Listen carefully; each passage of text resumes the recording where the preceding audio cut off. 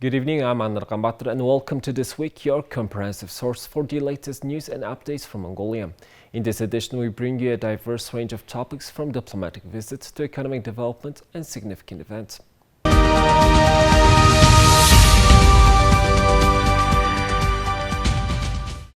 We begin with the announcement of the Mongolian Prime Minister Oyurten Lobsang-Namsar's upcoming visit to China. This official visit, at the invitation of Premier Li Qiang, holds the great significance for bilateral relations and cooperation between Mongolia and the People's Republic of China. During his visit, Prime Minister Oyurten Lobsang-Namsar will engage in official discussions with Premier Li Qiang and State Council, and will also have the opportunity to meet the President Xi Jinping of the People's Republic of China and Chairman Zhao Leiji of the National People's Congress Standing Committee as a gesture of courtesy. The talks will primarily focus on enhancing the comprehensive strategic partnership and promoting mutually beneficial cooperation between Mongolia and China. Additionally, the expectation is that several cooperation agreements will be finalized and signed. Furthermore, as part of the official visit, the Prime Minister will participate in the 14th annual meeting of the New Champions, also known as the Summer Davos Forum. The event is scheduled to take place in the Tianjin municipality, located in northern China, from June 27th to 29th. The meeting is expected to gather over 1,500 global leaders from business, government, civil society, international organizations, as well as from among innovators and academics at a crucial time for the global economic recovery. The theme of the 14th annual meeting of the New Champions 2023 is entrepreneurship, the driving force of the global economy. Shifting our focus to international cooperation, we highlight the recent discussion between the foreign ministers of Mongolia and New Zealand. This phone conversation between Batsitsik Batmukh, the Mongolian Minister of Foreign Affairs, and Nanaya Mahuta, the New Zealand's Minister of Foreign Affairs, signifies the growing ties and shared interests between the two countries.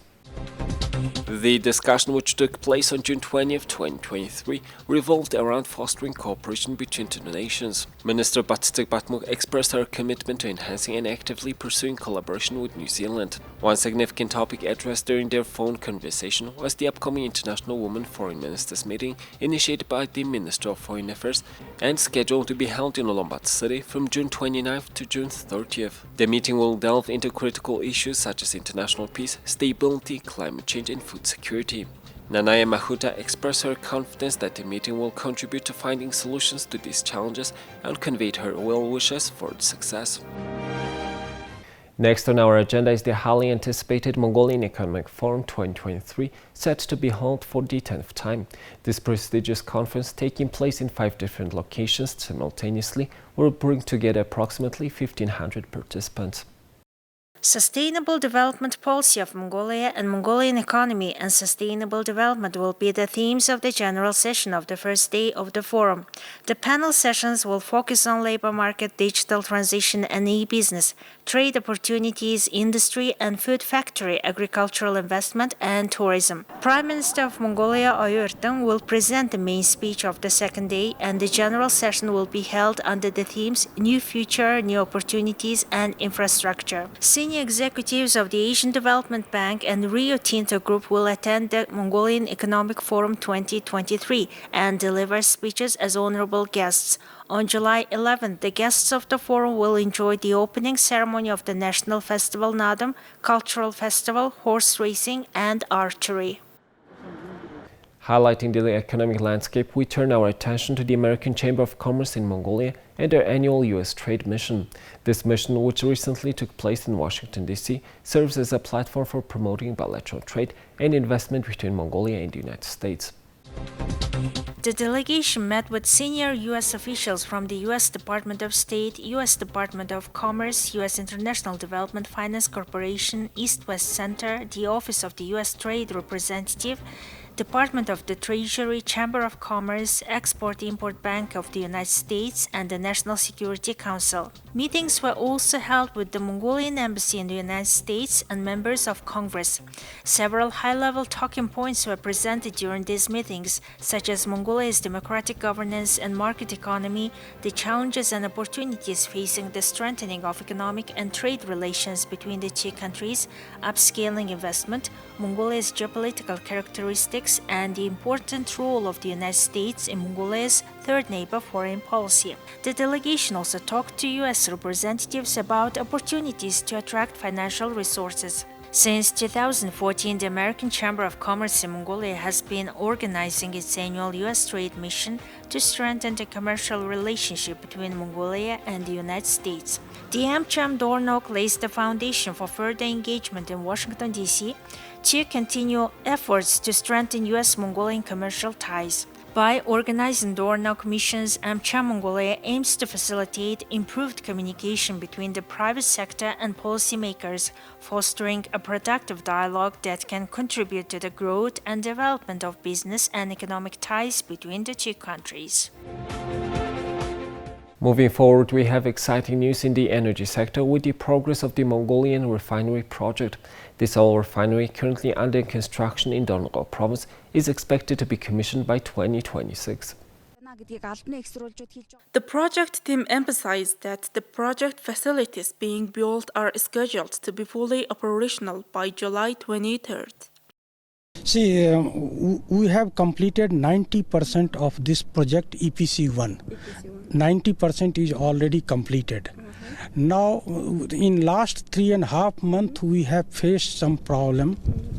There was three problems. First problem, we cannot bring any material because the custom clearance we are not getting from the Mongol government. So we cannot bring any material from 1st of March to last 3.5 months. The second problem was that we cannot bring specialized people from outside because we were not getting any visa. So we cannot bring specialized people to do this job. Third problem was that our all invoice was stopped checking by the Mongolian government from 1st of March 23, and we were not getting any payment. But after the last 4 days back, in last week, the high-level committee under the leadership of Prime Minister and President, they have solved this problem. So we are hoping all these three problems will be solved in next 1 week. The government of India provided a $1.2 million concessional loan for the oil refinery's construction. However, due to the geopolitical conditions and rising commodity prices, the project's costs have increased by $400 million. The Mongolian and Indian governments have decided to hold discussions to address this issue. We have quickly resolved issues related to border delays and a 45-day setback caused by the inspection of imported inventory. However, the integration of the workforce from the Indian company responsible for the oil refinery's development and the Chinese company Norinco involved in the oil pipeline project is still under discussion. The project team announced that the government would have the ultimate authority in deciding the budget for constructing housing for workers. Construction will continue as scheduled, with Irtnis Mongol taking responsibility for managing salaries, budgeting, and operational expenses related to the project. We have provided 2.4 billion MNT in financing.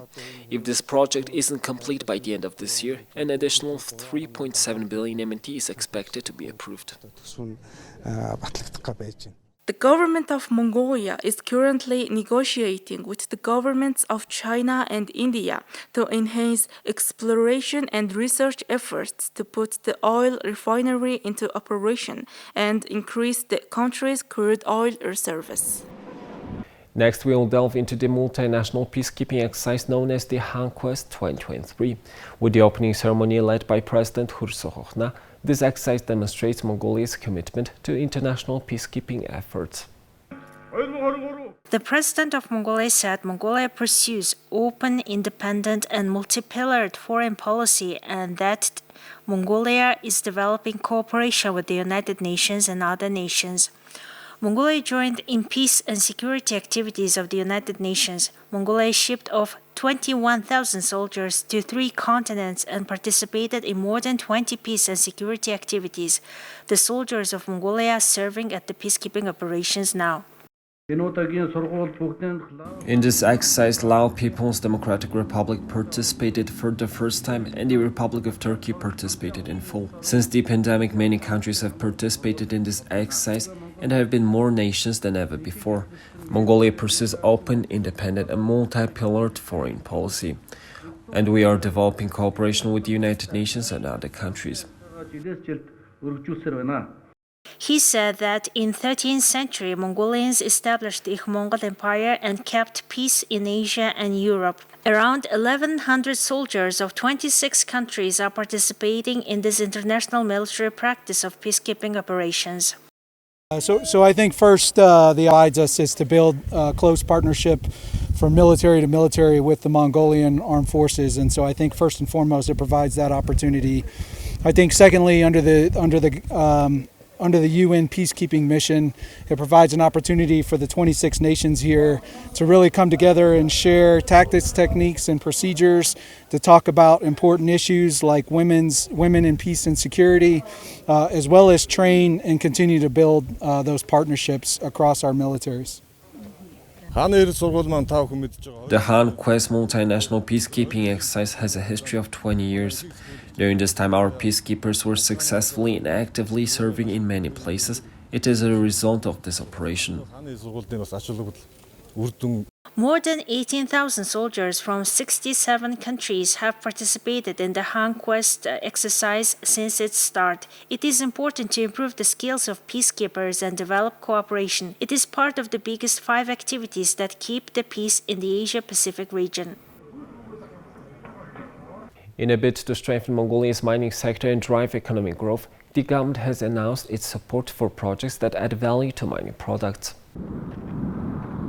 One significant mining company at the forefront of this effort is Erden Taun-Talgo Joint Stock Company, where Minister Amar Vaisaklan paid a working visit.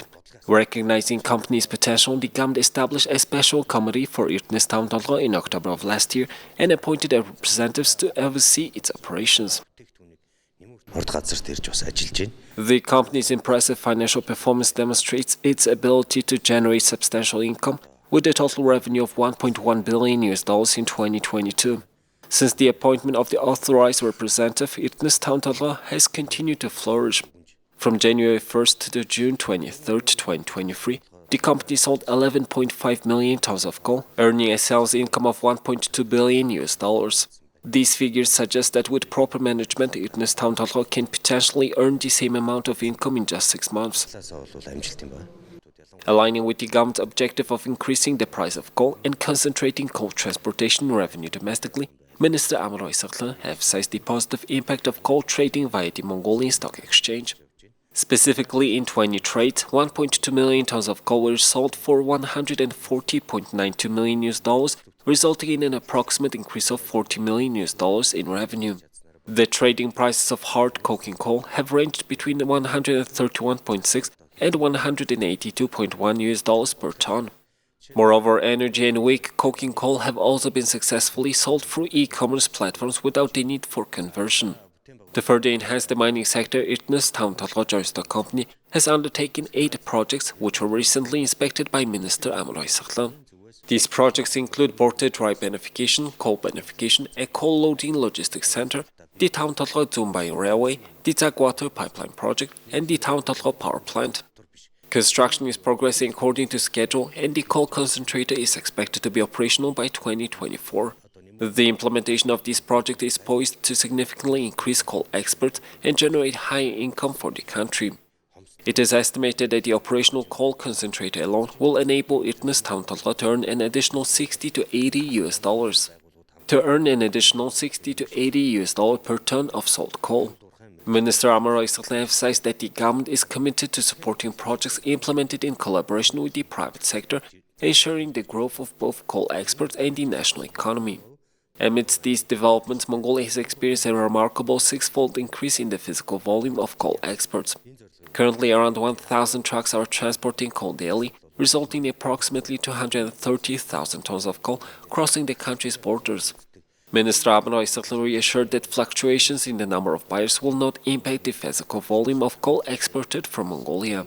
However, discussions regarding coal will be organized in Parliament to address any concerns or worries. The physical volume of coal exports increased 6-fold. Exports are not at risk in any way. About 1,000 trucks transport coal every day, and as of today, the total amount of coal crossing the country's border is around 230,000 tons.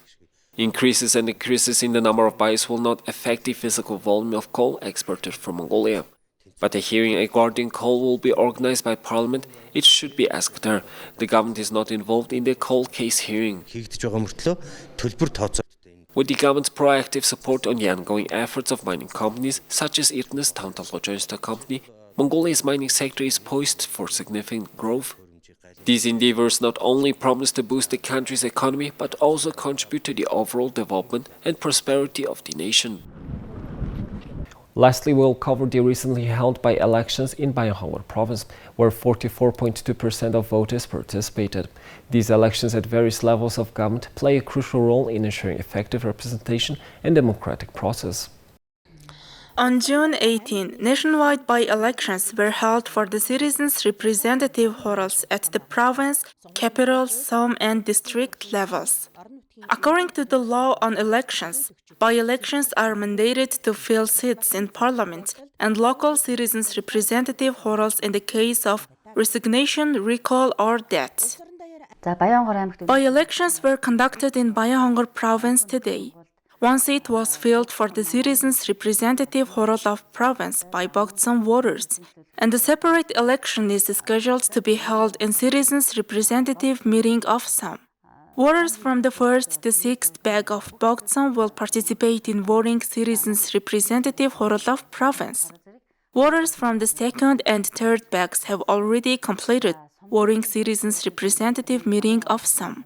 Voting to elect two representatives for the 2nd bags of Bayangkara, Bayangkara, and Jaksam's citizens' representative meeting of Sam was successfully conducted in each of the respective Sams. According to the law governing the elections of province, capital, zone, and district citizens' representative meetings, this election is considered valid. Today, we finalized and consolidated our results, officially submitting them to the General Election Commission. The result of the recent by-elections held in the 4 Sams showed that out of total of 3,145 eligible voters, 1,399 individuals actively participated, resulting in a voter turnout 44.2%. Well, that's all for this week. Thank you for staying with us. We'll see you next week with more news and updates. Have a nice weekend. Goodbye.